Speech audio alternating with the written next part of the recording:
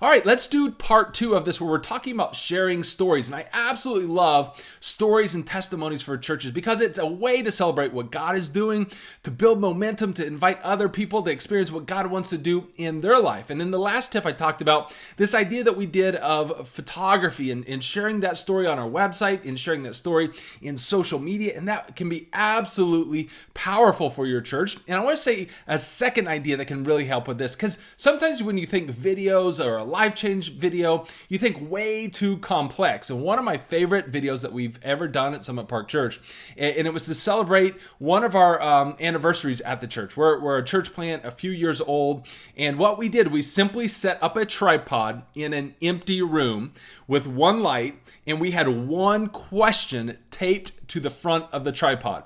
And all we would do is send people into the room. They would sit down, read the question, look into the camera, and answer it. And I'm telling you, here's the question.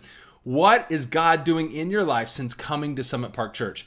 And the answers we got were phenomenal. People were bawling, crying, laughing, sharing stories, all by simply setting up a tripod and a camera, a light in a room with a chair and sending people in. I'll link to the story below. It's a few years old now at this point, but you can check it out. But again, when you think stories and testimonies, don't make it too complex. There's all sorts of ways you can get creative to share what God is doing in your church.